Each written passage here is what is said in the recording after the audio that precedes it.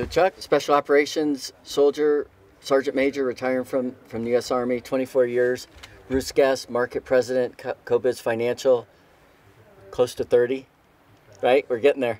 So both of you have had very, very different missions. What do you have in common?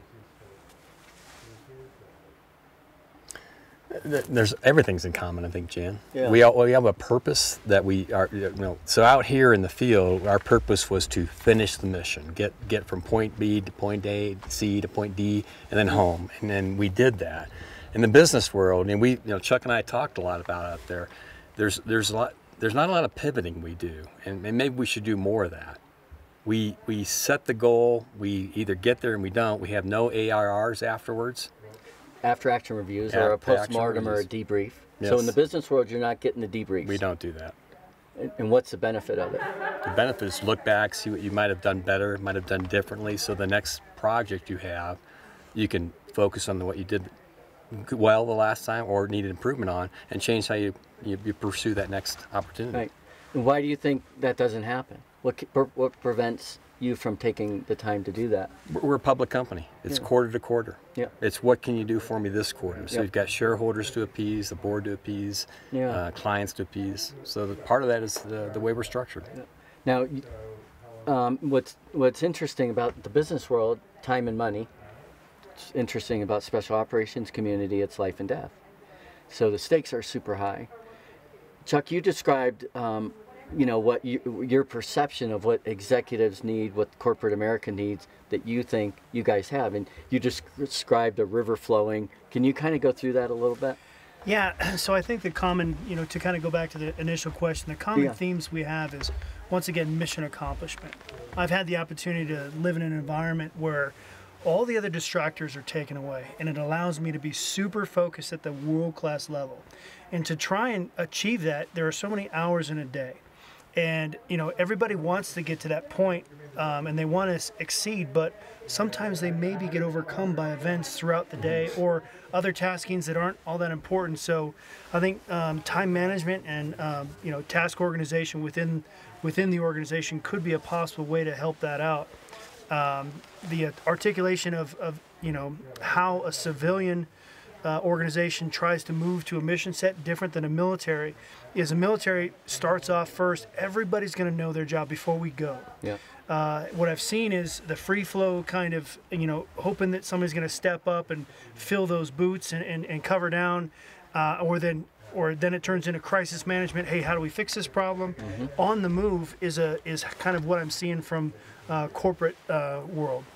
What I would more adaptive or less adaptive or different? Reactionary, not proactive. Gotcha. If you could get proactive and really push your thought process, we were talking a lot about that today. Hey, what are you thinking about? While he was on the route, he's like, hey, how are we going to get up this next hilltop? And once we get up there, I'm like, no, you got to think about what if somebody gets injured? Where are we going to go? At what point do we need to make a decision of where we need to turn back or we continue to press? Because if you do that and you can be a leader that is far enough detached where you can see the strategic objective, then when the crisis comes, you have the answer. It's not trying to search for the answer or rely on your team to come with the answer. You're like, hey, this is in a calm demeanor. Hey, this is the way we're going to go because we expected this. Yeah. And all it takes is a shift in a dynamic. And I don't have the experience that Bruce has, but being able to get out in front of that problem set, and you got to start it somewhere, but once you get out in front, then you remain out in front, and it's just a cycle. Yep. And Bruce, what do you think when Chuck says problem set?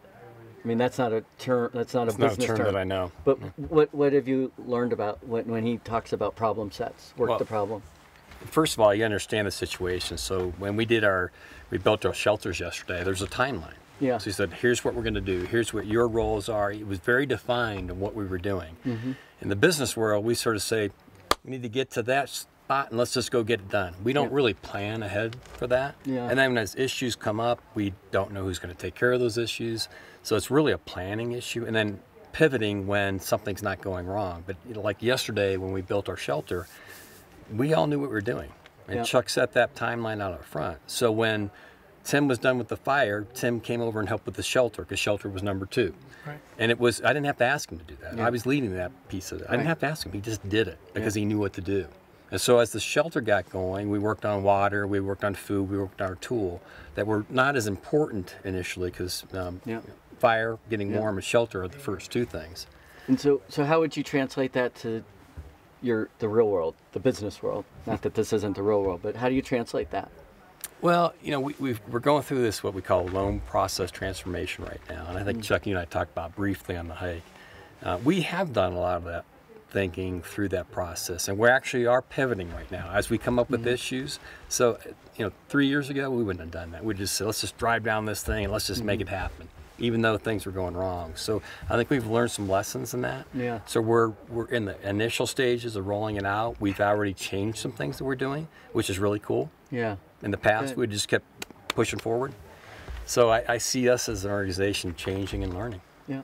Let me ask you guys just a couple more questions. Just kind of switching gears a little bit.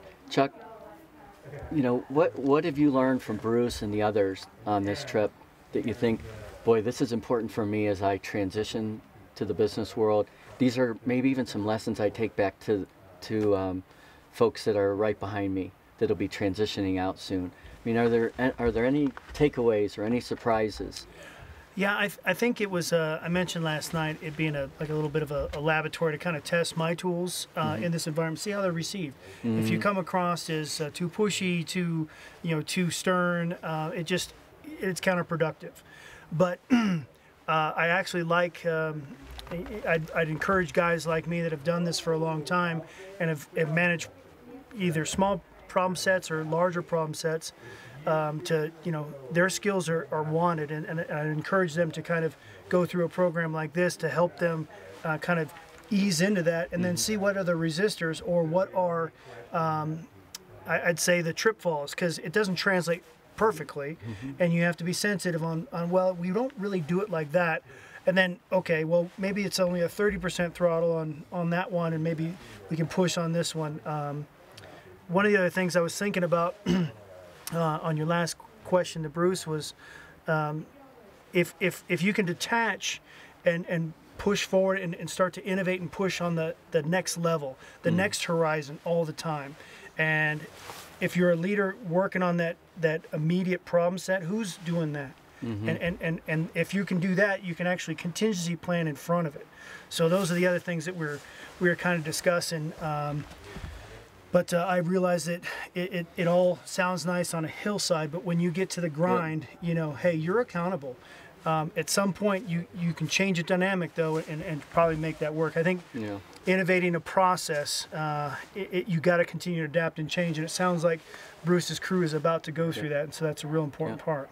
Yeah, I sense that what the group appreciated from you was a disciplined approach and a perspective, and even yesterday when we stepped off 8 minutes late, you made a point that, guys, we're late. And you didn't say, hey, you didn't keep your commitment to each other. You just said, where I come from, that's unacceptable. That's all you said.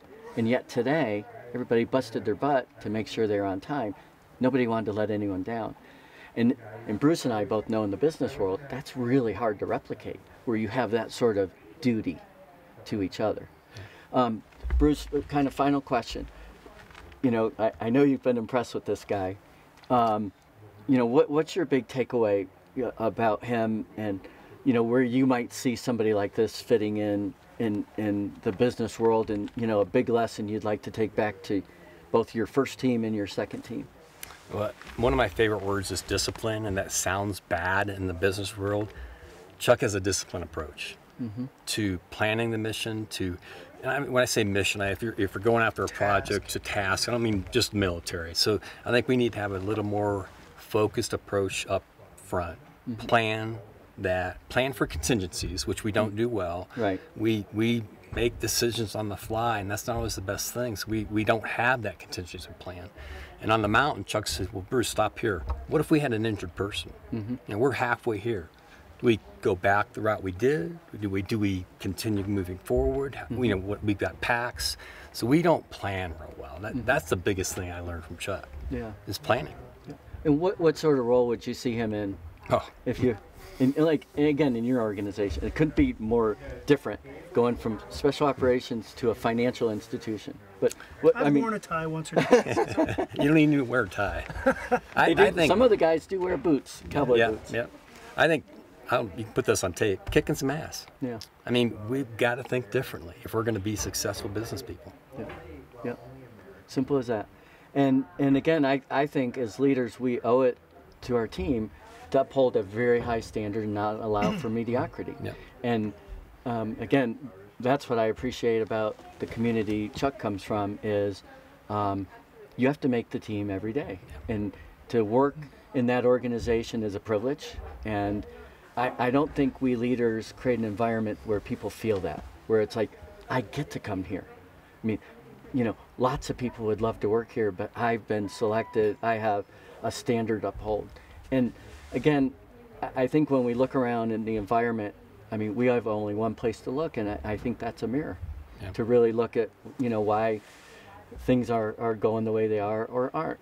Again, I don't know if you... Can I say something? So on the trail, I mentioned to Chuck, but I said, you know, one thing we do in our industry, in our banks, we lack training. Mm-hmm. And, you know, we talked about it a little bit and said, well, whose fault's that? Mm-hmm. It's my fault. Mm-hmm. I'm a leader. Yeah. I should be trying to fix that. So...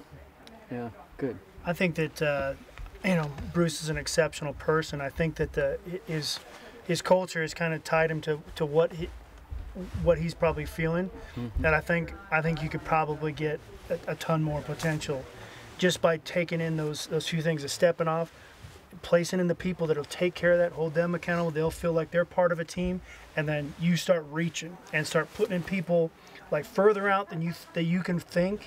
And start placing those tool sets, it'll just start to run, and that's kind of what I see, and I really appreciate the time and opportunity to come out here. So thank you. It was awesome, Chuck. Yeah, awesome. Good.